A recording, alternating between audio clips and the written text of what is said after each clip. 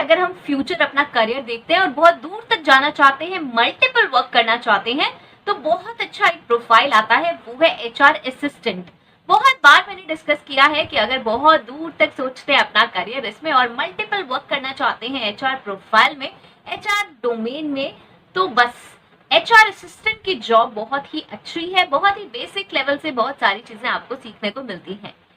हमने इस पर एक सेशन भी देखा था जिसमें हमने डिस्कस की थी बहुत सारी एचआर असिस्टेंट की रोल्स एंड रिस्पॉन्सिबिलिटीज। और आज बारी आ जाती है हमारी, ऐसी कौन सी स्किल्स हैं जो हम अपने अंदर डेवलप कर लें, हमारे अंदर है तो उन्हें और शार्प कर लें, जिससे कि एचआर असिस्टेंट हम बहुत अच्छे से काम कर पाए, जब भी वैकेंसीज निकले तो हम उस पर अप्लाई कर सकें, हमारा इंटरव्यू क्लियर हो सके, राइट।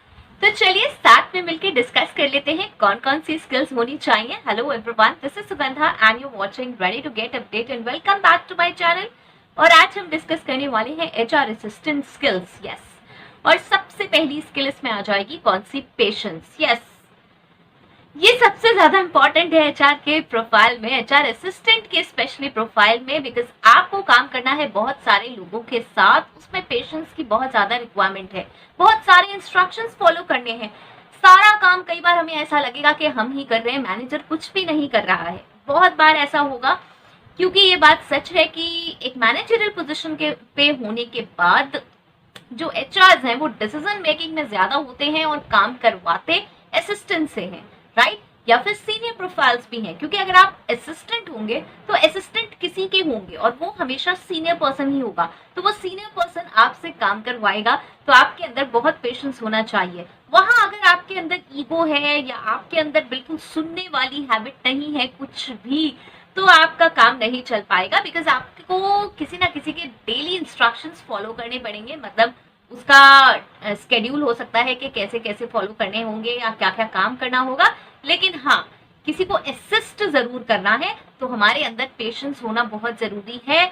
बहुत ज्यादा जरूरी है कि हम टीम में अच्छे से काम कर पाए, दूसरों के इंस्ट्रक्शंस प्रॉपर्ली ले पाए, उसको समझ पाए, पेशेंस से, अपने कूल माइंड से अपने आप को काम रखें। ओके, इसी के साथ सेकेंड आ जाएगा डिप्लोमेसी एंड कंफ्लिक्ट रिजोल्यूशन। अब मैंने ना इसमें बहुत एंड वाले डाले हैं, बिकॉज ऐसे बहुत सारी स्किल्स हो जाती, तो मैंने क्या करा, दो तीन को मिक्स कर दिया साथ में, जो कि थोड़ी थोड़ी सी सिमिलर थी और आप लिंक कर सकते हैं।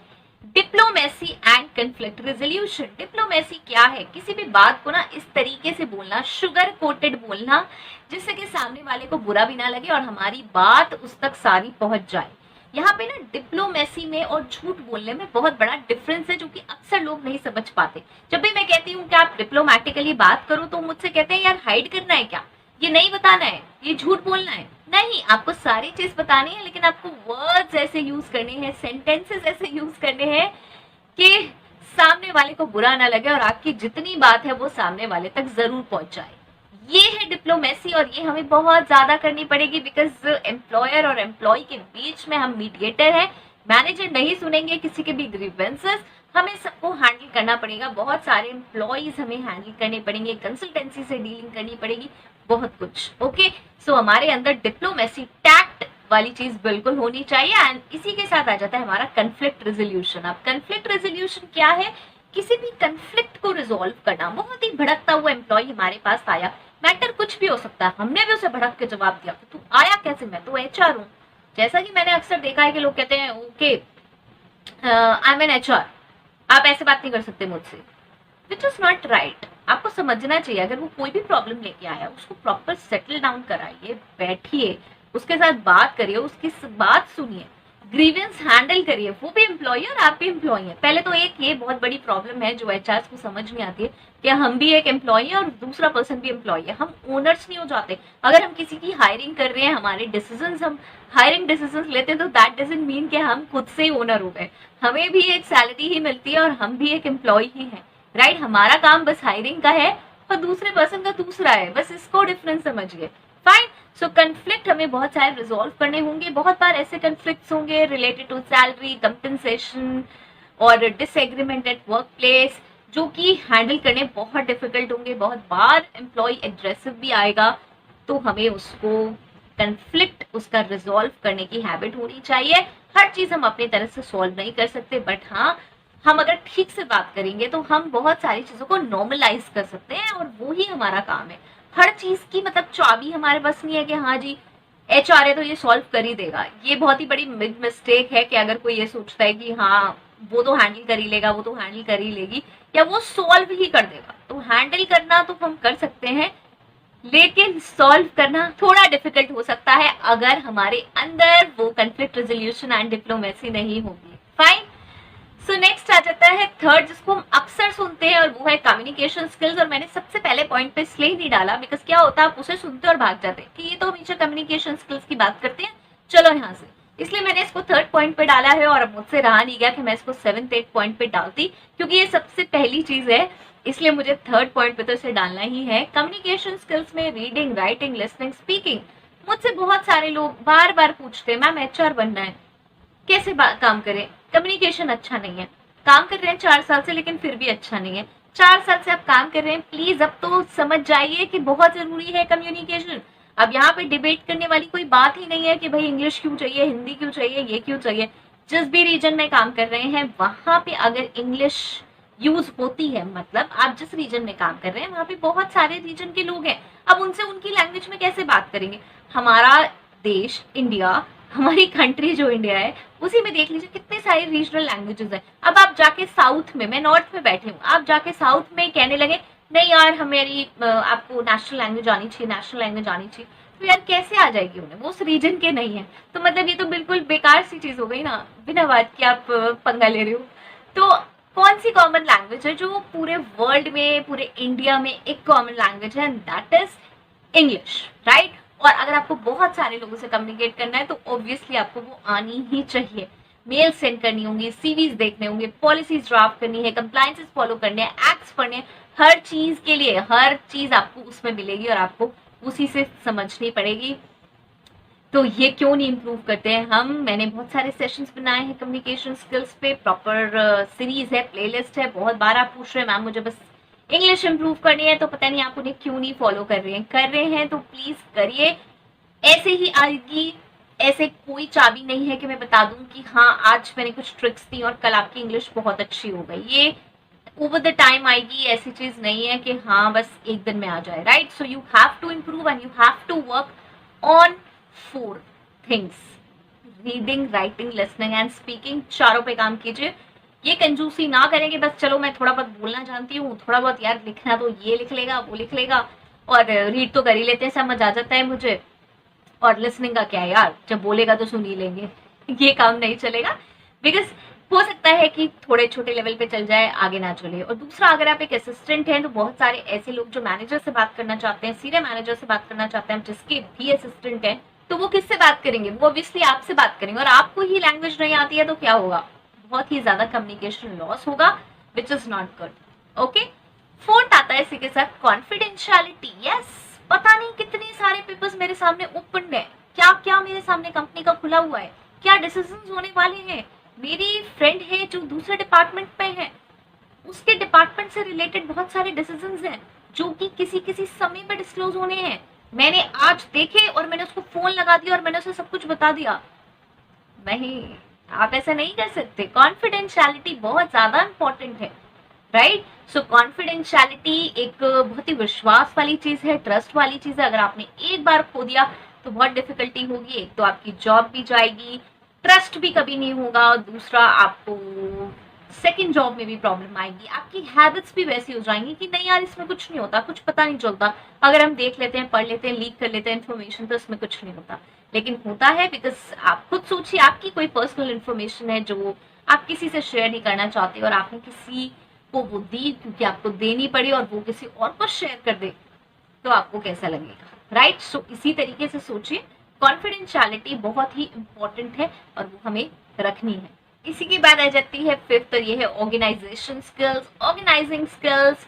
मल्टीटास्किंग मिलेगी, यहाँ पे बहुत सारे लोग डिबेट कर सकते हैं। मल्टीटास्किंग बहुत सारी थ्योरीज ने मना किया कि नहीं करनी चाहिए, लेकिन मल्टीटास्किंग कैसे की जाती है इसके भी बहुत सारे वेज होते हैं। ये नहीं है कि आप 2-3 काम एक साथ लेकर बैठ जाए। आपने कोई काम कर दिया और उसको लगा दिया, वो हो रहा है, अब आप दूसरा काम कर रहे हैं, ये भी एक मल्टीटास्किंग ही है।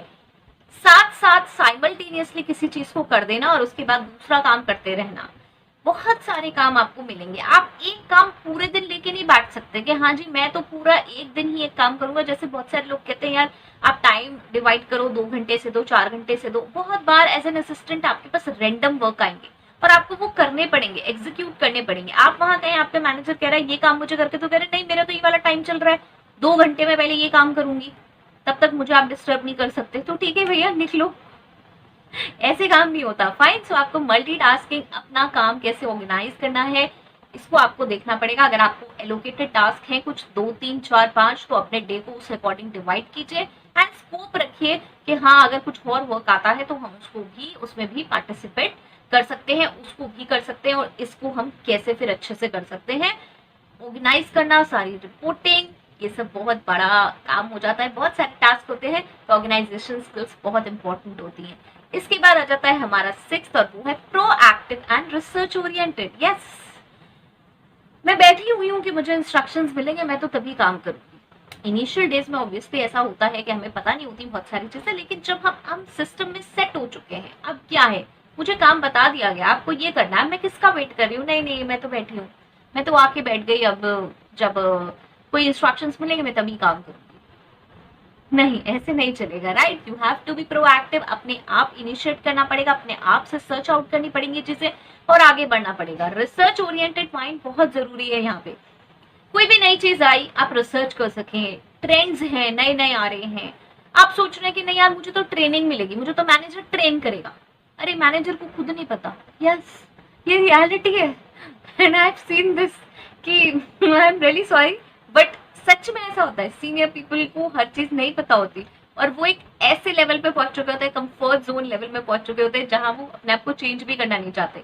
तो बहुत बार ऐसा होगा कि उन्हें कुछ पता नहीं होगा, उन्हें ज्यादा चीजें पता ही नहीं होंगी और वो तो क्योंकि अच्छे पैकेजेस और अपने उस पर पहुंच चुके हैं तो उन्हें लगेगा कि हाँ यार सही चल रहा है, ठीक है, नीचे से ऑर्गेनाइज कर दिया, इतने सारे लोग काम कर रहे हैं, असिस्टेंट काम कर रहे हैं, रिव्यूटर काम कर रहे हैं, ये कर रहे हैं।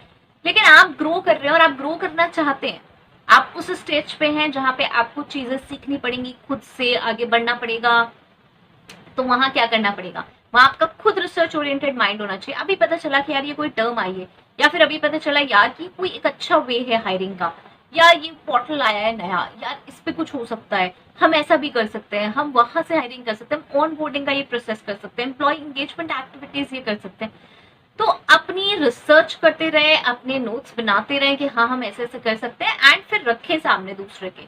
बहुत बार चीजें नहीं मानी जाएंगी, अब आप ये ना सोचेंगे यार मैं तो असिस्टेंट हूँ मेरी हर बात मान ली जाए, या फिर मैं असिस्टेंट हूँ तो मेरी कोई बात नहीं मानी जाएगी। दोनों ही केसेस गलत हैं, बिकॉज बहुत बार मानी जाएगी, बहुत बार नहीं मानी जाएगी।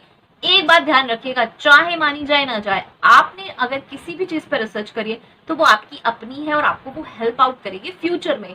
मैंने ऐसे बहुत सारे लोग देखे हैं, जब मैं कहती हूँ कि यार तुमने अपने क्या इनपुट्स दिए, कह रहे यहाँ तो कोई फायदा ही नहीं है इनपुट्स देने का, बिकॉज यहाँ तो माना ही नहीं जाता।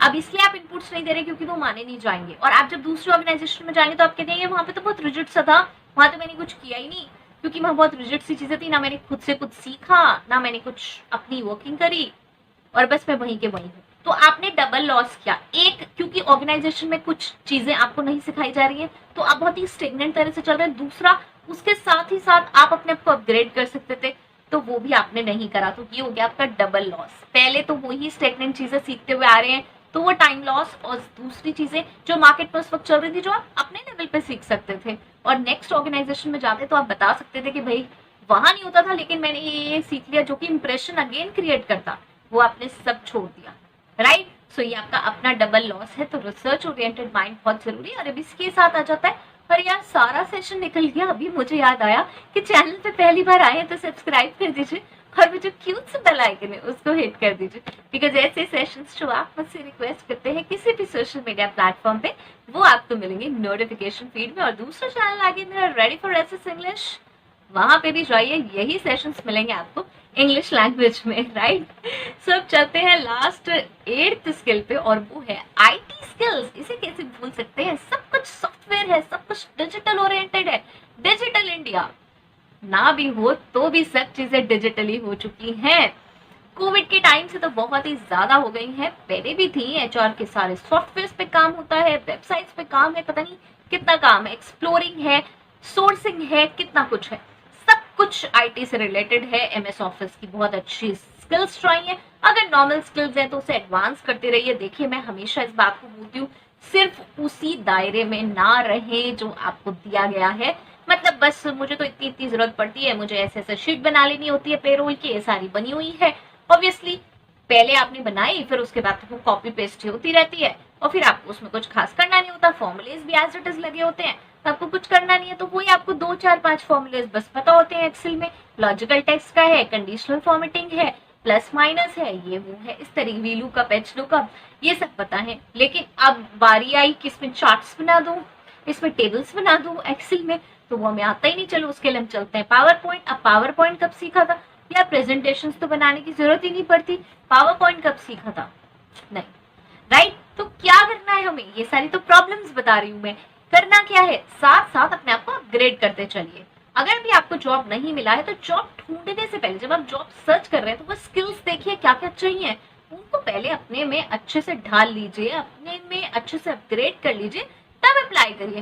बहुत सारे लोग मुझे कहते हैं बहुत कंसिस्टेंटली मैं जॉब्स के लिए अप्लाई कर लूँ, मैं तो दिन रात मतलब पूरे दिन में जॉब ही सर्च करता रहता हूँ और बहुत सारी अप्लाई करता हूँ और पता नहीं क्या प्रॉब्लम है जो मुझे जॉब नहीं मिल रही है। तो देखिए कहीं ना कहीं प्रॉब्लम आपकी में, ये बात मैं मानती हूँ कि इतनी सारी पॉपुलेशन है और सबको तो जॉब नहीं मिल सकती, इतनी तो जॉब्स भी नहीं है। लेकिन जो जॉब्स हैं वहां पे वो खाली है, आप उसे क्लिक नहीं कर पा रहे हैं। यस, मिल सकती है लेकिन आपकी अपनी वजहों से भी नहीं मिल रही हैं। इस बात से भी हम नहीं नजरअंदाज कर सकते अपने आप को कि भाई कहीं ना कहीं हमारी मिस्टेक्स हैं, हम उन्हें रिजॉल्व कर सकते हैं। ओके, सो चलिए, आई होप सो ये बेनिफिशियल होगा, हेल्पफुल है, मुझे जरूर बताएं। कुछ सेशंस हैं जो बहुत ज्यादा रिक्वेस्ट हो रहे हैं, एक है एचआर एनालिस्ट पे, एक है एचआर मैट्रिक्स, बहुत बार मुझसे रिक्वेस्ट किया गया है। केपीआईज, ये सारे अब इस वीक में आने वाले हैं। यस, तो देखते रहिए सेशंस। नेक्स्ट वीडियो तक के लिए all the very best, stay happy, stay safe, thanks for watching, bye bye.